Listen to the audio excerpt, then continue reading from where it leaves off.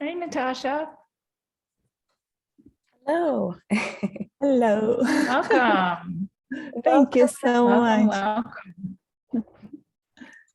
welcome. So yeah, I think we'll get started. Natasha, is Palm with us already? Or should Yes, we? I was just with him, and he is logging on. So if Okay, he's not already on there, yeah, he was just clicking through and he hasn't called me back. So I think he should be on shortly. awesome. Sounds good. Um, okay, so I think we're mostly here. I know that Merlin won't be making it today. Um, there's been some protests in his city and he can't get on the train to get home. But I think for the most part, we're all here. Welcome, everyone. Welcome to session 2B. We've been thinking through environmental storytelling this week, and we shared some materials in the Google Classroom.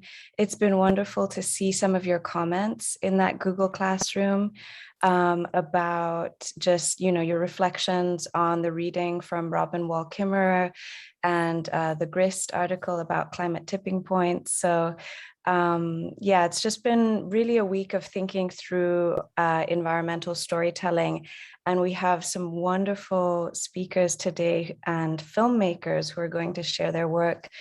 Natasha Giraudie is here with us, and she'll be joined by her co-director soon, Michael Palm Preston, and they will be sharing with us a little bit about their film, One Word, Sawal Mem.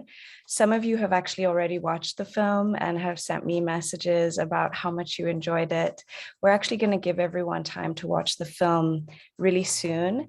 I'm just going to give space for Natasha to actually set the framework for that film and give a little bit of background before we all go off and watch it. And we'll be sending a link for you to be able to watch the film we'll give everyone 20 minutes to do that in just a few minutes. And the way that we will do this is we'll hear from Natasha and Palm, and we'll go away and watch the film, and then we'll come back for a Q&A. So if you have any questions whilst you're watching the film, feel free to jot those down. And then when we all come back together, you can send those in the chat, and I'll be facilitating that. I'll be calling on people how we have been doing over the past couple of sessions. And then we'll have time at the end of the session to go into our pods. And this is the final time you'll be in these specific pods. And we'll be reflecting on environmental storytelling for the last sort of 25 minutes of the session. But we'd like to give as much time as we can as well to the discussion about the film. So yeah, Natasha and Palm, welcome. It's an honor to have you here. It was wonderful to talk with you, Natasha, about the film. And so Natasha and Palm co-directed One Word Sawal Mem, and I'll let them introduce themselves and introduce the film. So thank you. Thank you for being with us.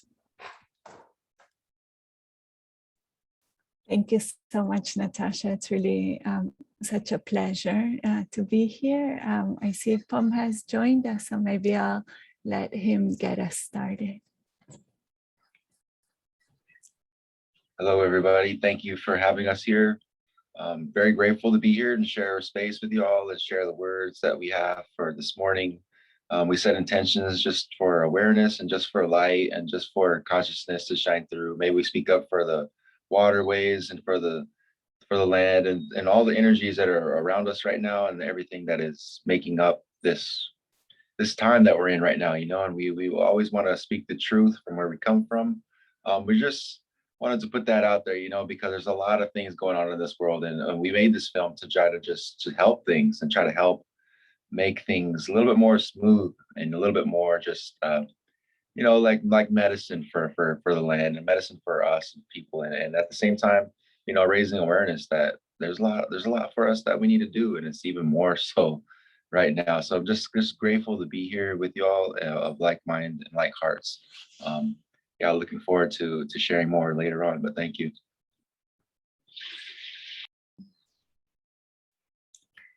I wanted to mention that I come from Caracas, Venezuela. So I'm very happy to see some brothers and sisters from Bogota, Colombia. Makes me feel at home here, and from Brazil as well, close to my lands.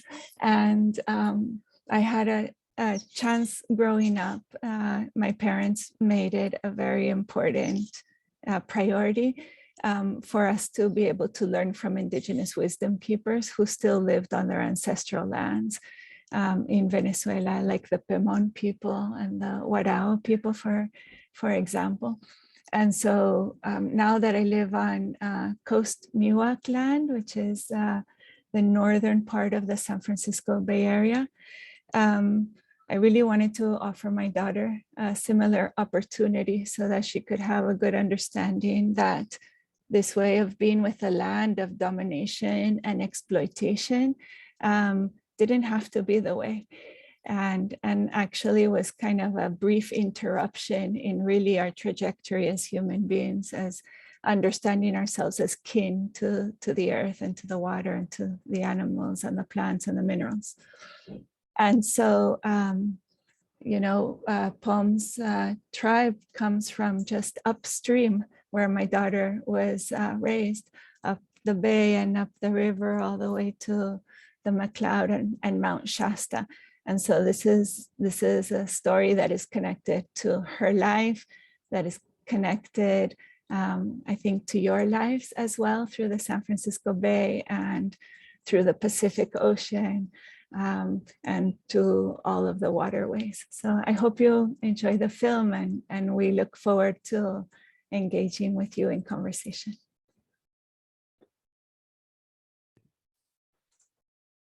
Thank you so much for that, Natasha. Shall we just go straight into the film right now? Yeah. Yes, we can do that. Okay, awesome. So everyone, I'm going to send you the film in the chat, and we're going to give everyone 20 minutes. Here's the link and the password. So just click on that link to go to Vimeo and watch the film. It's about 18 minutes. And then the password is water is life, with the A as an @ sign. So I just sent that to everyone in the chat. Let's all go and watch it. You don't need to stay on the call. You can rejoin at, let's say, at 30 minutes past the hour, 10:30 a.m. Eastern time, 7:30 a.m. Pacific time. We'll all come back together. Does that sound good? Just give me a thumbs up if it's all good. Okay, and just send me any questions in the chat. Thank you. Okay, so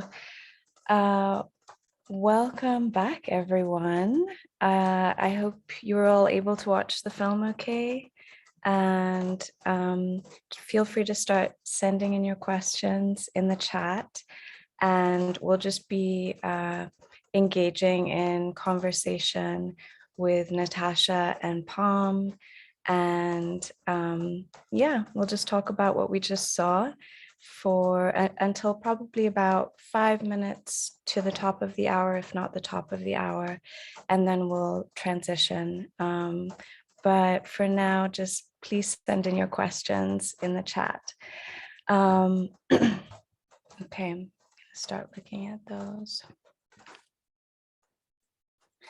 So we have a question here from Warren.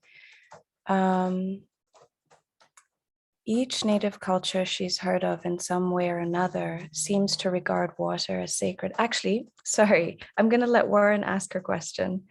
Warren, would you like to come on? Yeah, so each native culture I've heard of in some way or another seems to regard water as sacred. And so I'm wondering where the disconnect you guys think between indigenous people finding water sacred and people such as like Americans taking it for granted. Where does the distinction happen, I think, if that makes sense?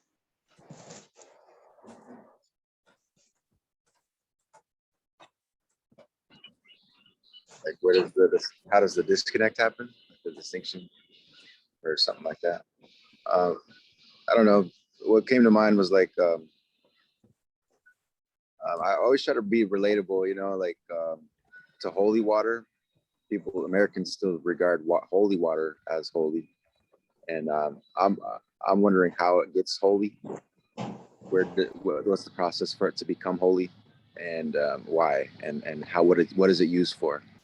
And so that's kind of what we kind of borrow the word sacred for that from that terminology of Christianity, and apply it to the source of water, where it originally comes from. Like for us, being Mount Shasta, that's the most purest, untouched water form.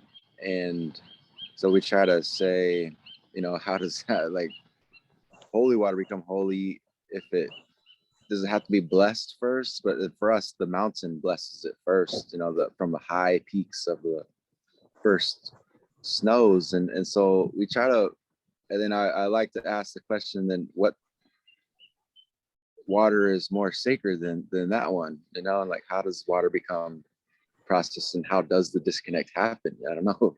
Like, put the question back on the people, like, is water sacred? And like, and is what, and like the commodity part of it, like, I think more and more people are like regarding it as like a life source. And we're always looking for science to back us up all the time on the water situation, because science can't really explain water. The highest science can't explain why water exists in three forms: the gaseous form, the liquid form, and the solid form. Like, science can't explain that. And there's a lot science can't explain about water, and why we are operating on water like the way that we do. I'm not sure about why the disconnect happens, but I think it's forced. It's a forced thing on people's spirits that forces us to have cognitive dissonance, whether we like it or not, on why we don't understand water. But it's an energy, and there's a lot to be said about it, actually. Does Natasha want to jump in on it at all and keep going? Sure. I think that when we think of the word sacred, one way to think about it is it's a love so deep we feel for something that we run out of words, and we must kind of resort to sacred, to reverence. And in order to reach that level of love, you have to have kind of a deep sense of appreciation for water. In order to cultivate that deep sense of appreciation for water, you have to spend time with water, attuning yourself to water, awakening your senses to water, being in relationship with water. And so to me, where the disconnect happened is when we decided to come inside and like focus on our books and kind of use our brains to figure out how to make more money. And when that started happening, then we stopped attuning, appreciating, loving, regarding water and the rest of nature as sacred. And we started trying to figure out how can we exploit and dominate and create the most wealth from water. So I think that's where the disconnect happened. And that's also kind of our opportunity to find our way back onto our path, to continue to evolve as human beings in good relationship with the rest of the earth and the waters.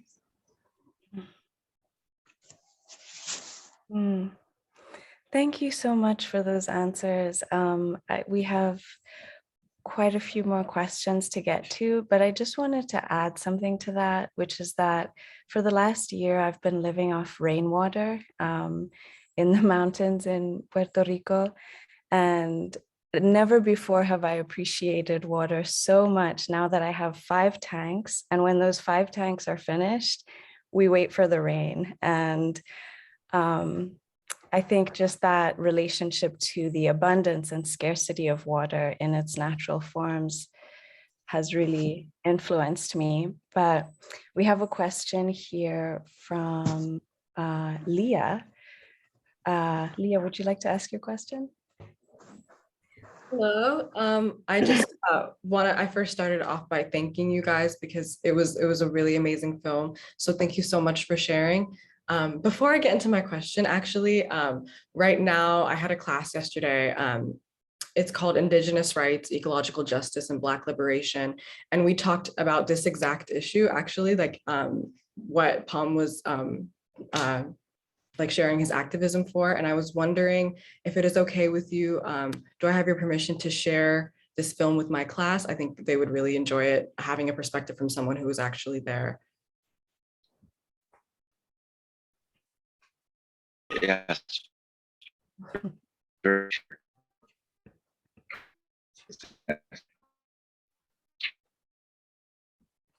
You cut out just a little bit for me, but I did hear yes, and that's perfect. Thank you so much.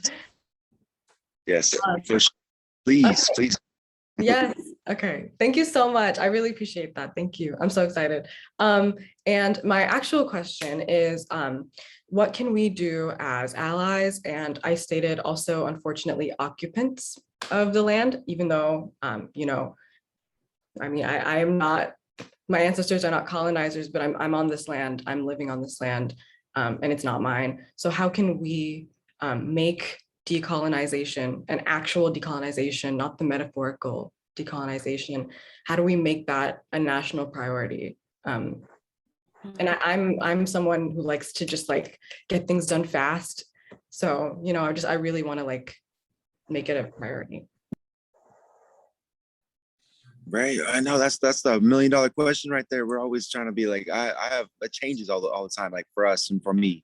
But thank you for that question because it's so needed, and we all need to be doing the work as like every single one of us, including myself, including every member of my community as well. We all need to be doing the decolonizing work, internal work that really is, because man, it starts with the inside first of all, and we decolonize ourselves and our thinking and our spirits and our ways in which we view water, ways in which we view our food, all of that stuff. You know, the mindset that English language kind of makes us think in regards to linear thought processes, you know, and realizing that it's bigger than that, like that we're all energy, we all have a higher purpose and all of that. So I always like to remind people of the spirit, basically, and spirit of water and spirit and really believing in it, you know, and like that's always been tough for us, is trying to have people believe that water and fire and just lands and places like have more meaning and spirit than what we're told. And that's always the hardest thing for us to get across, of sacred places and protection, of why we should protect sacred springs and what makes it sacred, and why this rock over here has healing abilities and healing capabilities and power that connects us to the grid line of the rest of the world. And try to convince people of that. I don't know how to best to do that. But if anybody has any ideas of how place becomes medicine and why that is, any knowledge of that and sharing of that would help us out tremendously, because that's the universal thing. That's just not a native thing. That's everywhere. Wherever you go to is always going to be sacred. So, and how to word that properly is always my task, and trying to get people to like you know, pay attention to the psychic abilities that we really have, interdimensional beings that we really are. Any kind of language like that is awesome. But okay, so for me, that's where my answer was. But other than that, like there's all kinds of activist work wherever you're at, any kind of connection you can have with indigenous people, folks, wherever you're at in the place that you're at, and learning about how to basically, you know, help out the karmic debt of the land base that you're at, because it's probably there, and looking into how to fix it. It's something like that. It's so deep, you know, and I'm not exactly sure how to pin it down 100%, but that's my answer for now. Thank you for it. Thank you so much.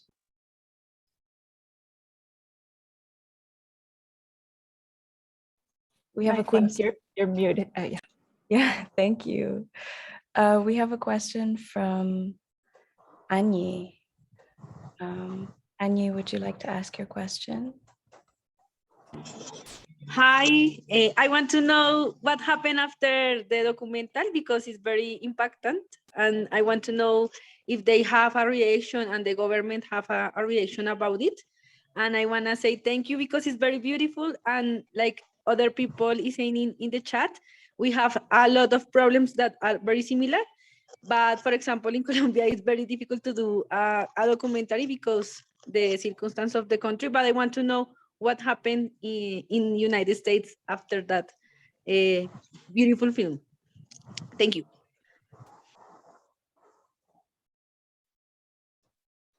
I'll go after you, Natasha, this time. Okay, so from a film standpoint, the film was selected for more than 40 different festivals in 15 different countries. So I think that that speaks to what you're saying in terms of people resonated with this story and with this problem and with this issue in different parts of the world.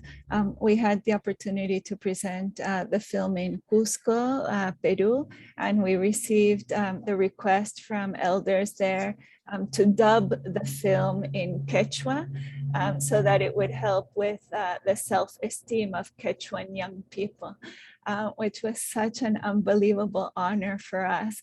And so we have just completed the Quechuan version. It's actually included in the link that you received. And I encourage all of you just to go listen to a little bit of it. It's so beautiful. You will feel the power of the Quechuan words just listening to Pom speaking Quechuan through this Quechuan young persons. And I think because most of these festivals were held online, we had many, many screenings like this with people from all over the world. And there were a lot of comments of people saying, you know, thank you for opening a space to speak about the sacred when it comes to environmentalism. You know, scientists speaking in this way, scientists wanting to have this spiritual conversation. And I think that, you know, when we think of changes that have to be made in the world, I also sometimes want to see things done very quickly. And I was very inspired by the pandemic in that sense, as I saw huge governments and corporations move very quickly. So now we know that they can, right? And not all of us have to be in agreement, but enough of us do for big changes to happen. So I think that it's really important to continue to cultivate our own personal relationship with nature and continue to speak up for nature in a good way, so that we can continue to inspire each other and see the changes that we really want to see in this regard. Thank you for those answers. We have a question from Nupu about the origins of the film. Yes, hi, thank you very much. It was a very beautiful film. I actually watched it many times already to enjoy the atmosphere. I actually had two questions. One I already received a little bit of reply for. Also, that did you gain with this film what you were looking for, the awareness and the positive outcomes? But I also would like to know, like, how do you go about choosing the story with the most impact to share with others? Maybe this is more for Natasha than to answer with your background, but I would like to know about that. Thank you. So in this case, you know, I chose the story in a very personal way. I wanted to transmit to my daughter kind of a gift that my parents had given me, and with the tools that I had, with the opportunities that I had. So that was an initial thing. I think the real answer is that I choose the stories in a very intuitive way. So I cultivate my intuition by spending a lot of time in nature. every day, even if I don't have a lot of time, I'll just take my computer outside and do my Zoom meeting outside, or, you know, take a phone call outside, do my food preparation outside, just spend time in nature quietly. And one of the great joys of working with Palm is that he lives this way as well. And I learned a lot from him in this regard. And from the beginning, we committed to making our film, you know, like in this way. And the other thing that I would say is that kind of the energy of doing a film in this way is that the priority is on uplifting and inspiring. I think that's the big thing, because a lot of the environmental storytelling right now is made by people who are feeling a lot of frustration, anger, and bitterness towards the situation, all of which is justified. I also feel very angry and frustrated and bitter about the situation that is happening. But the problem is that when that kind of infuses your story, then you end up with a story that's angry and frustrating and bitter. And in my opinion, it's not really helpful to taking us to the outcome that we would really like, to the highest outcome, you know, for the highest good for all. So I think that, you know, even in the original cuts of the films, there was some, you know, there were some conversations about things that you know, about that particular angle. And I think that taking care of yourself and taking care of your own personal relationship with nature will then infuse into your storytelling and be able to have a much greater impact. You know, Pom and I started working on the film, I think about 2 years ago, or maybe 2.5 years ago. This is a 20-minute film. We thought we were going to make a 20-minute film in a few months, and then like this would be it. And in many ways, we feel like we're just getting started.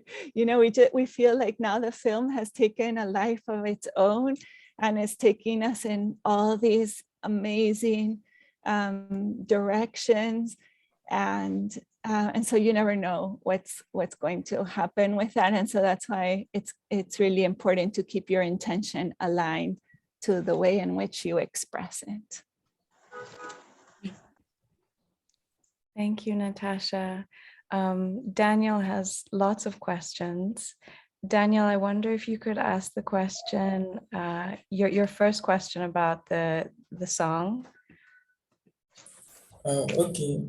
First, thank you for your film. It was really interesting, inspiring also. I want to join your tribute. Maybe Pom can help me to join the tribute. The Windman went to tribute. I want to ask you, what alternative do you propose to the U.S. government? Because a leader taught us that when we are talking, it's better to start thinking about the solution when we are talking about environmental or climate issues. So when you make a campaign advocacy, you show the negative impact of what the government plan to do in the environment. But what do you propose, or what solution do you propose to the U.S. government? Thank you. In regards to like fixing the water situation? Please. For the U.S. government?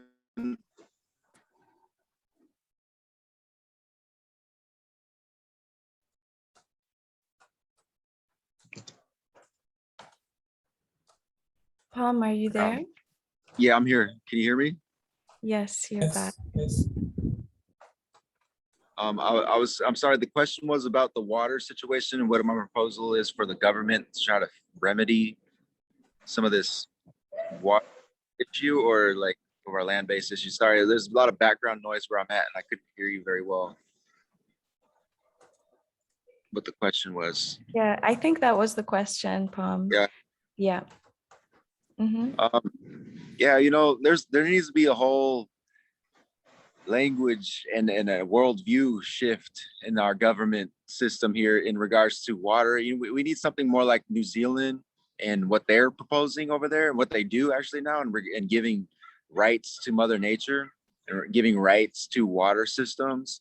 And that's what we need here as a first step for the government to adopt, rights of Mother Nature and because there is no rights for Mother Nature. It's all just farmland, basically. They even regard the forest as farm. They basically farm it and raise up pine trees and timber so that they can cut it down again and grow it up and then cut it down again. Kind of that's how they treat the forest. So there's no rights for it. There's not a lot of respect for anything in regards to the natural world in the United States. And so that's where the consciousness shift needs to happen. And how to do that is how we're doing this right now. We're sharing our documentary, we're sharing the consciousness that we feel like needs to get out there. And because personally, it's really hard to shift that consciousness legislatively. And so we'd rather make a documentary and show it to the legislators to do it for us, hopefully, or like the people go in mass and demand that they want clean drinking water, and like, I'm not sure how to change the United States government. The world hasn't been able to change the United States government. We have it as indigenous people, the people of the of America haven't been able to either. It's a really slow moving process for anything to change in the Senate. And the bills, we try. We have lawsuits. we have all kinds of lawsuits against the United States government and trying to protect our homelands. And that process takes this takes like 20 years just to make the decision on what to do with our own river and our backyard and what to do about our salmon situation. It takes so long, and they kind of wait everybody out for everybody to give up. And it's a weird, it's a very colonial, what I mean? And how to get people to decolonize. That's the $1 million question, as was asked earlier. Government politics is one way to do it, but documentary work is how we're trying to go for it,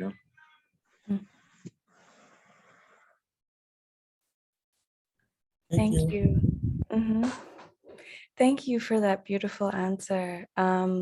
Maria, I see that you have a question here. Would you like to ask it?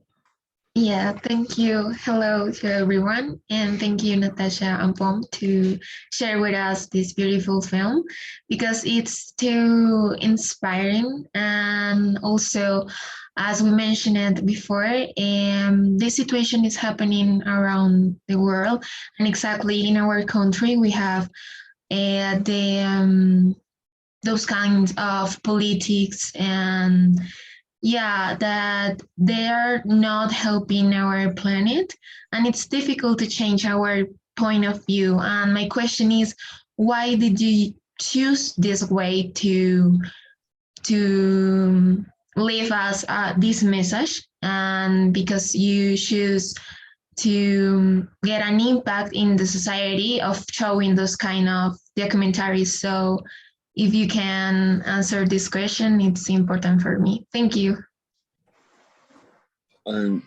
So real fast, where I'm at, there's a lot of tribes in California. Most of us are federally unrecognized by the United States government. That means we're through politics and the law, we're not officially quote unquote indigenous people according to the United States government. So we have to use other means. So that's how we got into documentary work in the first place in the 90s, because we didn't have a voice through the federal law system. So we had to use documentary work. So that's how I got involved in documentary work, so that we can show who we really are through imagery and through our hearts, you know what I mean? And through our faces and through what we do.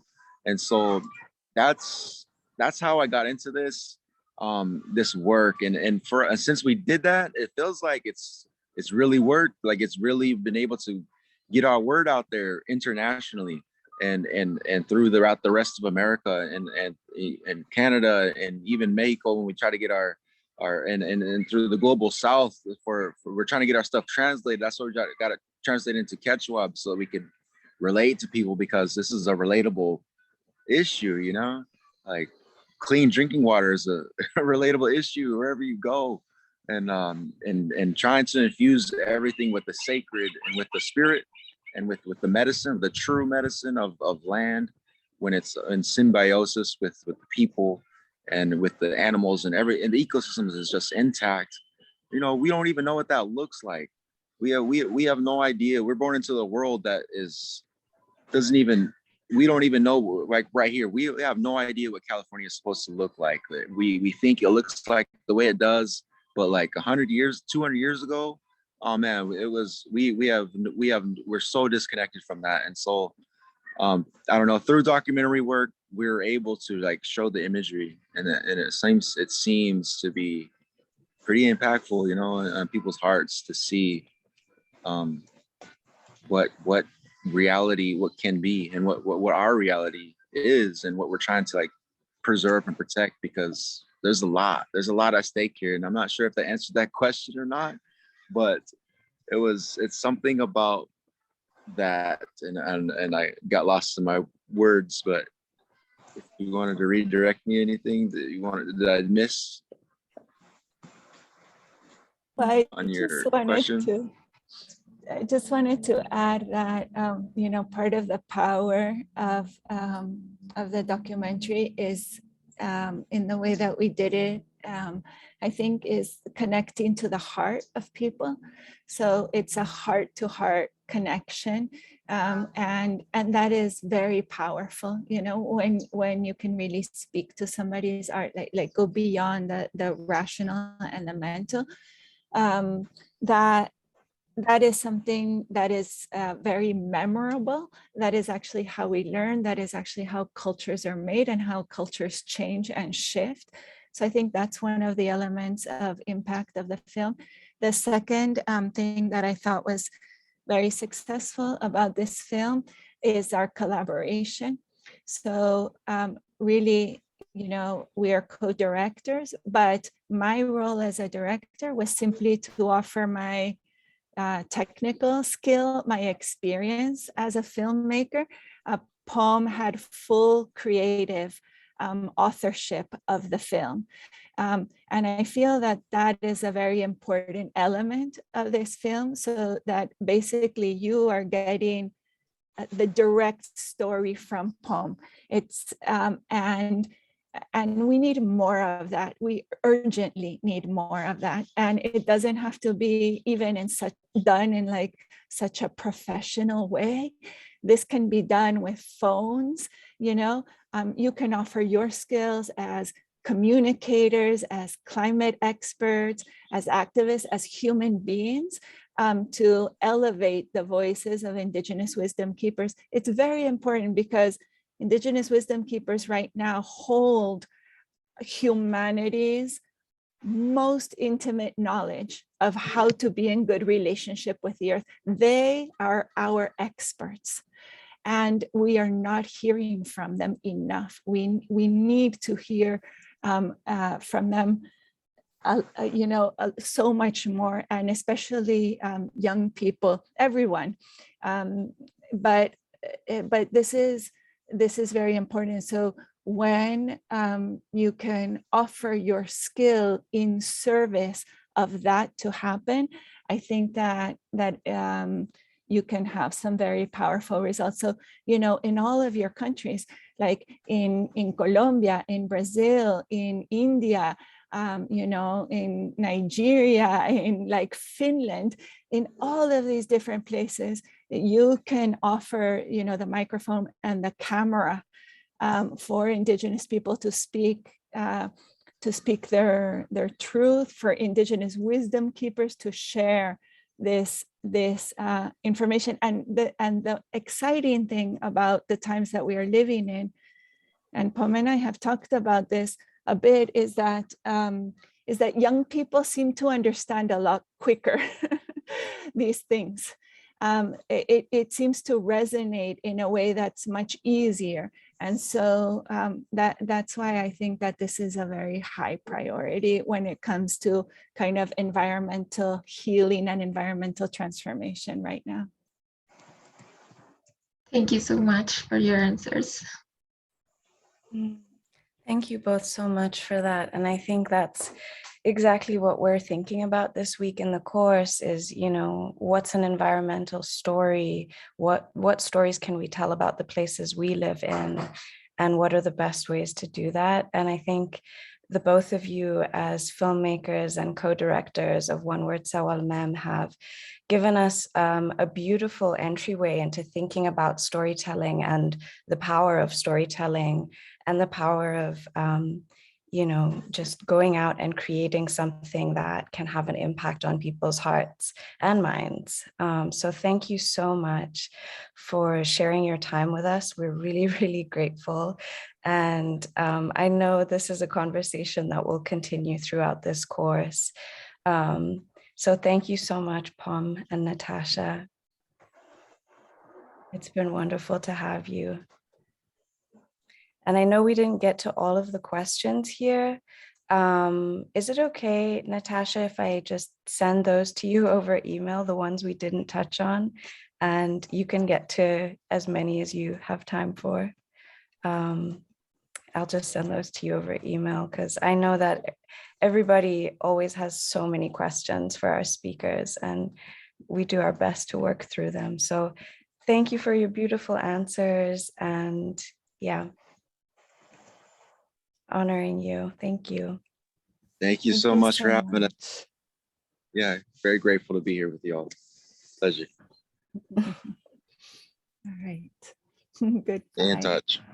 Bye-bye. Have a beautiful day. You too.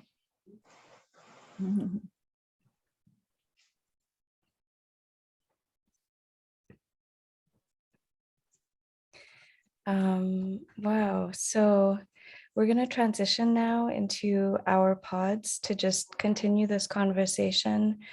You know, this week, even though we didn't meet on Monday in person, in this virtual way, the idea was to give us a few examples of environmental stories that have had an impact in some way. And in the case of the Grist article, an environmental story that does a really beautiful job of kind of eloquently and very simply explaining some of the science about what's happening on Earth right now. That was a story about climate tipping points, and the idea there is just how do we communicate the science behind what's happening to our climate and to the Earth in ways that are super simple and accessible. And I just wanted to offer a material that would help us think through that. But we also have this example of this film and to Robin Wall Kimmerer's ecological walk through a park in her homeland. And Robin Wall Kimmerer is probably a really great example of an environmental storyteller who she's Indigenous, but she's also a scientist. And how do we kind of navigate telling these stories in ways that honor both perspectives and that actually can speak to people's hearts and their minds? So that's kind of what we're thinking through this week. And I'd love for everyone to just go into their breakouts, into their pods and have a conversation. You know, if there's environmental stories where you live that you're interested in telling. I know that as part of this course, we're all creating climate action projects. And the idea is just to think through what are the most important stories where you live and what are some compelling ways to tell those stories. So you'll be with your TAs and you'll have time to touch on all of that. And we'll come back a few minutes before the session ends just to hear some key takeaways from each group. So it would be great if the TAs could kind of nominate one person to just take some notes and reflect back to the larger group when we come back. So I think, Tamia, we can send everyone into those rooms. Could just share. If one person could just share some quick takeaways, less than a minute, That would be wonderful. Shall we start with, let's start with Ella's group. So everyone, and whoever was in Ella's group. I want to share what we talk about, and we were discussing about the more impact of all the readings and the films that we watch and read, and we said that the importance to be closer to the indigenous communities, it's what we were thinking about after those information and all the film and the talk with Pom and Natasha. And also we were thinking about problems in our neighborhoods and countries, because we want to share through a storytelling. And at the end, because of time, we can't speak more about that, but we were talking about the fear that we felt with the reading of Tipping Point.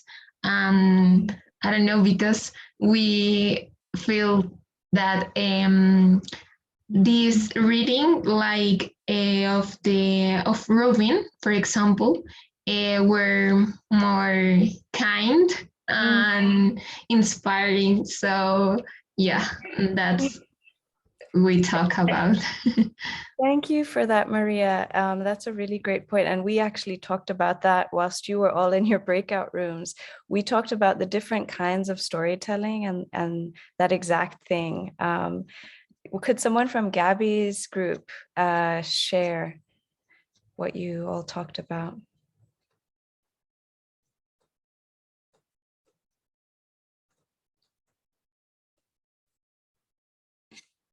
So we have, I'm gonna actually ask if Rohini doesn't mind sharing. I think she had some beautiful points and some really a wonderful summary of everything that we were talking about this past 2 weeks.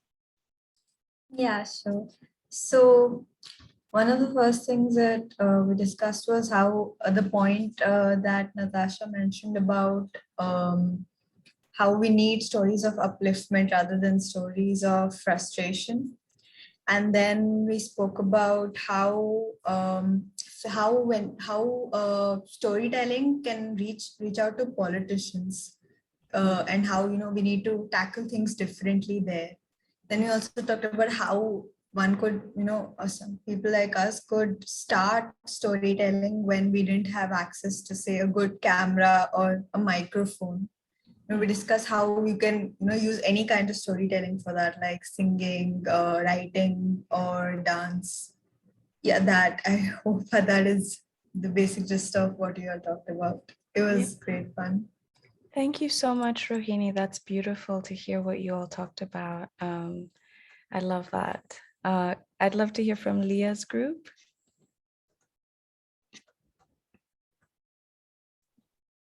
Maybe Annie, you could share for us. Oh my God. Okay. We were speaking about the things that we like about the last sessions, and we speak a lot of the problems of water in a lot of our places. And Cesar speak a lot of the relationship that we have with nature, and it was very beautiful. And oh my God, I don't know how to say that. And we share about the indigenous people in our territories, because in Italia, there was telling about the indigenous person that lived there, but they have the perception, the indigenous people is the people that live a long time ago in that place. So we were speaking about the difference between in America, like we conceive the indigenous people. So we speak about the situation in America, that we have a lot of indigenous towns in our continent, not only in the in the North America, but in South America and in Central America, we have a lot of indigenous people, and the difference between them, because they live in in different places in our countries. So they don't live in the forest like a lot of people think, like they live in the mountains and in the no sé cómo se dice las zonas planas, and in the no mountain place, because my English is not very good. So we were speaking about that, and the time is over and we can speak more, but it was very beautiful. Thank you so much, Annie. It's wonderful to hear your perspective on the conversation that happened. Thank you. Yeah, and I think all of us are concerned about water, and we're going to have a whole week that's devoted to thinking about water resources and how we manage our water systems into the future. But thank you for that. I'd love to hear from Grace's group. Okay. Yeah, thank you very much. I'm going to talk on behalf of Grace's group. Like I always want to share the individual contributions. So we're talking about the story that the film we watched. So Rishi, from his own part, said, knowing the community's basic needs could eventually draw the attention of people to join their hands to solve the environmental issues in any nation.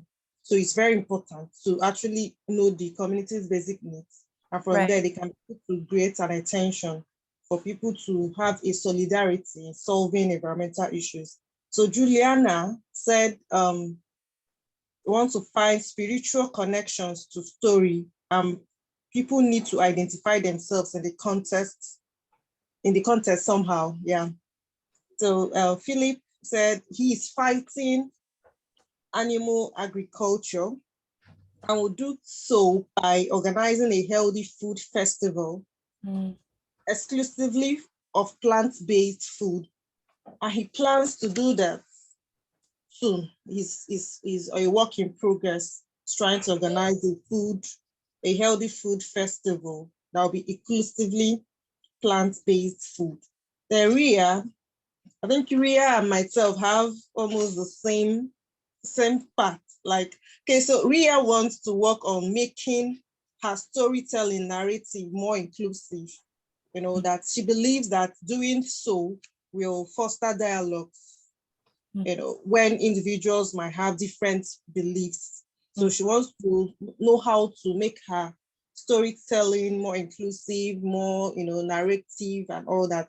Same point with me, I'm not a storyteller, I'm an environmentalist, so that was the path from. So we're about having another point, we're trying to tell different environmental stories on ourselves before we rejoined again. So thank you so much. Okay, thank you.